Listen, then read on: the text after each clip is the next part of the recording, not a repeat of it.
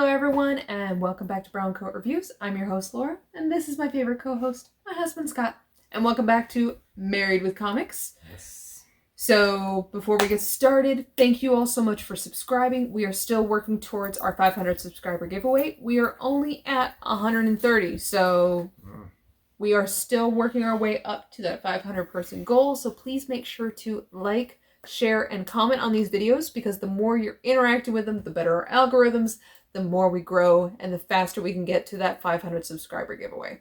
So, titles this week. Before we get started, just remember, last week Scott's pile was bigger than mine, okay? That's my only disclaimer this week. So, we have Milestone Returns. This is issue number 0. This technically was released digitally first a couple months ago, and now it has been released kind of in physical copy. They're kind of bringing back all the Milestone characters, so I'm really curious how they're going to build up the series, and I can't wait for Static. So I'll let you know kind of what I think about that one. Spawn 318, if you saw my new comics video, this is the setup for the Spawn universe that is coming out very soon. So if you are not familiar with the characters within the Spawn stories, this is your jumping in point. This is the Todd McFarlane cover, which I love. Department of Truth, this is issue number 9. Now, I have heard some mixed reviews, thankfully, from you all, kind of giving me a heads up that as the Department of Truth sort of continues on, some people felt that it sort of tapered off. So I have made it through issue number 6. However, I have a video coming up with BJ Kicks, where we're both going to sit there and talk about how the story has progressed and whether we both agree that it's started strong and tapered off, or if maybe there's something else that we aren't considering and how we think that the story is going to continue. Now, Ta-Nehisi Coates released, of course, this is the end of his Black Panther run. So this is the Patrick Gleason cover, which I thought was absolutely gorgeous. Just love that. And last one is Lock and Key. So this is In Pale Battalions Go. This is issue number 3. Now, a couple weeks ago, I had talked about how excited I was about Sandman Lock and Key, and then I realized that I did not read this one little teeny tiny series within it. So I'm going to read In Pale Battalions Go, and then jump back to Sandman Lock and Key and see if it makes a little bit more sense. So, last one. Whew. Now, I am a member of the K-Squad, which is a Facebook group. We talk about comics. It's just a great kind of fun place to get together and chat. They did a blank cover exchange where everyone was kind of sketching covers for each other, and one of the artists who did just a phenomenal job was a local artist by the name of Dustin Johnson. When I saw his cover, I reached out to him like, hey, clearly this is not the first time you've done this type of art. Would you be interested in doing an interview for Brown Coat Reviews and showing off some of your other work? He was very interested, but he also has a lot of other obligations. So he agreed to do a cover sketch for me, and we will have an interview sometime in the future. It's just a question of when he can fit that into a schedule. So I gave him a blank cover for it's Batman issue number 50. And I asked him to throw Scarecrow somewhere in there, because Scarecrow is one of my favorite villains, among many. And this is what he came up with. So this is his version of the American Gothic, very famous painting. And I absolutely love it. Let me zoom in for a quick second. So I love Batman in the background, and just the detail on this thing. Look at that. It is absolutely gorgeous. One of a kind, and I will be talking with the artist very soon. Cool. So I have a very small pile this week. Black Widow number 7. Continuing on that series. I have finally decided to go ahead and subscribe to this. And I'm doing the B covers. This is Harley Quinn, the new run. I'm really loving these option 2 covers. And then, of course, I've got my version of Black Panther 25. I liked the Gleason cover, but this is the Peach Momoko, which I couldn't go without. So that one's awesome. Love the contrast of colors in it. And for our series, so we start off with Batman. This is the last of this run. This is issue 6 of 6. Batman black and white. I like the back of that one too. Yeah. It's really cool. Got the Mad Hatter on the front, of course. So the big one released today was, of course, The Last Ronin, issue number 3. And I have read the original Frank Miller Ronin series, and I've kind of been waiting and debating at what point I'm going to do a review of the Teenage Mutant Ninja Turtle Ronin series and kind of talk about how the two were, one was inspired from the other and how much was kind of gleaned from it. So I am going to catch up on this series, and I just have to decide whether I'm going to do the review here at the halfway point or if I'm going to wait until the series is over. But really excited about this one. Next one is the other history of the DC universe. So we've talked, of course, about the other 3 titles in this series. My personal favorite so far has still been Black Lightning, which was issue number 1. And I think in a lot of ways it was because it was such a different comic book, and it was such a strong perspective and such an amazing character that immediately I was just kind of drawn into the story. The other 2 issues in that series were very good, but the Black Lightning issue, there was something extraordinary about it. So this one, on the other hand, this is Renee Montoya, which most Batman fans are very familiar with this. She is a member of the Gotham City Police Department. So you will always kind of see her. She's either partnered up with Bullock. In some stories, she becomes the commissioner, but she's sort of behind the scenes. She never has kind of a direct relationship all the time with Batman, but she's certainly dealt with him on multiple occasions. I'm curious what kind of perspective she'll have in this story, and I'm hoping it will kind of end the series on a strong note, just like the series started. So, just great cover. Can't wait to read it. And last of the individual issues that was just amazing. So this is one of my bucket list issues that I have been keeping an eye out for forever. Many of you are aware that Scott and I are fans of J. Scott Campbell. We love his artwork. And one of his most famous covers is the Amazing Spider-Man 601. And that's where Mary Jane is sitting on the couch, and in the background, outside the window is Spider-Man. Well, J. Scott Campbell, when he released Black Cat issue number 1, he created a connecting cover. So on one cover, of course, we have Mary Jane, and on the new cover is Black Cat. Both women are on their couch, and out both of their windows is Spider-Man. I have been looking for that Black Cat number 1 for a very long time, and I found it. So this is the Virgin variant, which is gorgeous. It is signed by J. Scott Campbell. I absolutely love this. It's just beautiful. Yes. COA. And I do have a copy of Amazing Spider-Man 601 over at the Kraken's Horde with my name practically etched on the back. When I get my copy from the Kraken's Horde, I'll show you how the two connect, and just can't wait to see sort of the final product. Last one is my bargain shopping find of the week. Now, sorry, I'm being attacked by a beagle. Yes. Toes are not safe. So, many of you saw my Chew video a week or so ago where I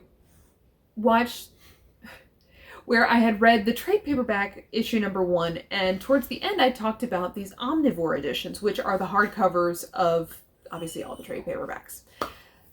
However, some of you gave me a bit of feedback and said, hey, the omnivore editions are actually kind of hard to grab, especially volumes number 1 and volume number 3. They're sold out, and because they're harder to find, some of the prices can be a little extreme. So I started my search for, I didn't know if I wanted a full run or if I just wanted to start with volume number 1 and just kind of see how we went. So the problem I ran into was that volume number 1 alone was $80 on eBay. I found these after doing some negotiating and searching, both volume 1 and volume 2 for $53. These Wow. are, yeah, $53. Where I said the best price I could find for volume 2, I said super sale searching, was still $35-40. So huge. And they are all brand new. So it's not like they're banged up in crummy copies. I did find for $60, $60-70, where the guy had like water damage on the book. And it was just for volume 1. And I'm like, I'm not spending $60 on a water damaged book. So, brand new Chew.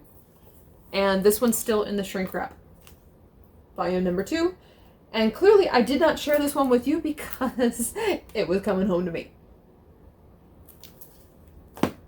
So now I can start, and eventually I will start the search for volume number 3. I know that one's going to be a lot harder to find, but I'll get it eventually. But that is the end of the poll for this week. So, last week we submitted a question to you all asking, who, if the supervillain from the last comic book you read was hosting your bachelor or bachelorette party, who would that be? And then we also asked if you could choose which supervillain was hosting your bachelor or bachelorette party, who would you pick? it be? So, we of course talked about our last villain, from our comic book. So, Carnage was hosting mine, and the Nazis were hosting Scott's, which definitely made for some interesting parties. From you all, we had Martin M., who's being hosted by Dale from Middleman, Kevin K., who's got Grendel and his mama, Doug, poor Doug, he's got the villain from Stray Dogs as hosting his party. But Robert S. has Dr. Doom hosting his party, which... That's cool. I mean, there will be death. Someone's going to die in that party, but I bet you the food will be amazing. The villains that you all wanted hosting your party, Doug thought Loki would be a great host. I like that choice. I like that choice. The only thing I would be afraid of is the blackmail. Because Loki's going to be up to something. Yeah, true. And Robert S. suggested the Riddler. I like the Riddler too. That'd be a lot of questions though, all night long. Yes. Wow. So who would you pick? I would probably pick Lex Luthor because he's got enough money and connections and power. He could pretty much go wherever we wanted, do whatever we wanted. It'd be awesome. So for me, I couldn't choose between two different options. I couldn't decide if I wanted to go like Harley Quinn, knowing that this would be literally the most unique night of my life kind of thing. Yes. And I wouldn't know if we were going to go like high class party and like break into it, if we were going to go like rob a bank, like, I mean, just you name it, it's Harley Quinn. Go to the circus. Yeah. Pick on some clowns. It could be anything, which could make for an amazing time, or it could be just absolutely exhausting and I'm like, this woman's gonna get me killed. So, debated that one. The other one that I seriously considered was Catwoman. Yeah. Just because I'm like, she could break us into Lex Luthor's party, or technically break into Lex Luthor's house. We have the amazing party event, steal whatever the heck we want, have it as an extra wedding gift, and then leave Lex's housekeeper to take care of the rest. It's true. And then I'm sure she would just like scratch on the wall, Catwoman was here or something. Ooh, I have a second one. There's a second one. Mystique. Why? She could be whoever I wanted. Be like Dwayne "The Rock" Johnson. Get me into the club, or the wrestling event. She could be whoever, instant access to anything, anywhere. Think about that. Yeah. That would be cool. That would be actually really cool. Pictures of me in the morning with Natalie Dormer at a party and Julianne Hough and, all the women I've got to beat back with a stick. So, last question, of course, came from Robert S. Now, in Wonder Girl issue number 1, at some point, someone calls her girl, and she kind of corrects them. And then she kind of turns around then and calls one of the male characters boy. No. So the question was... Are you fine when someone calls you boy or girl? Are you okay with it? Short answer is no. Or at least not for a long time. Once I kind of became an adult, it was kind of always had this negative connotation to me if somebody refers to me that way. Yeah. So I'd prefer, what I would do in a similar, say I need to get somebody's attention. I don't know their name. It's, excuse me, sir, pardon me, mister, ma'am, I'd miss. even be better off with a hey you than hey boy. So. Or anyone who's worked in the restaurant business or certainly been in the South, it's the honey, sweetie. Sweetie, can you get that? That's fine. Yeah. I could live with that over girl. Yeah. Don't like it. Yeah. It's definitely not my favorite. Yeah. I guess it could be well intentioned, but I've never heard it that way. Yeah. And it's kind of. You ain't from around here, are you, boy? No, and I'm glad I'm not. Yeah. And it's kind of funny that, we're having this discussion, and yet the character that's starting all of it is called Wonder Girl. So, like I said, I wouldn't want to be called... Robin was the boy wonder. And, yeah. Okay. Which, I'm like, when they were There's younger, a Marvel boy. No problem. But I'm like, once I kind of pass a point, that's why I always liked that Robin kind of had to rename himself Nightwing. I'm like, that made sense to me. That eventually you'd be sick and tired of being the boy wonder. So, the fact that we've got the new series, but still the Wonder Girl name, but you can't call her Wonder Woman, can't call her Wonderful Female. Yeah, but then like when Thor changed completely and totally changed sex, they didn't start calling it her Thorina. Female Thor or Thor Girl. It was just Thor. Yeah. So what's the deal with that? So Thor could basically keep the same name, but Wonder Woman, because it's not really Wonder Woman, it's Yara Flor's Wondrous. I had no idea. I don't know. But technically, you did notice, everyone did, that in Future State, the series was Wonder Woman. Mm-hmm. It was Future State Wonder Woman, but now we have Wonder Girl issue #1. So I wonder if they intended on starting her, because this is kind of a prequel series of starting her as Wonder Girl, and then eventually she will change her name to Wonder Woman. You're going to have to think about that on your own, because I'm officially out of rum and coke.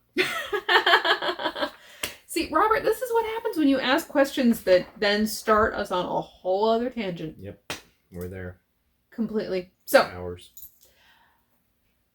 For this week, instead of us asking a question and kind of posting it in the comments, obviously we would love your feedback on all the titles that we've grabbed, but are there any questions that you all have for us? Yeah, bring it. Questions about our favorite reads, favorite characters, our dogs, greyhounds, dog training, whatever. What it's like to have to bug each other about comic books all the time, Fighting over who reads what first. Yes. Not having enough room on the nightstands for all the books. Yes. The comic books that somehow move all around the household, that's fun. Trying to keep it all organized, that's also really fun. Yeah. But we will answer your questions as best as we can, and we will see you all again next week. Have a great day.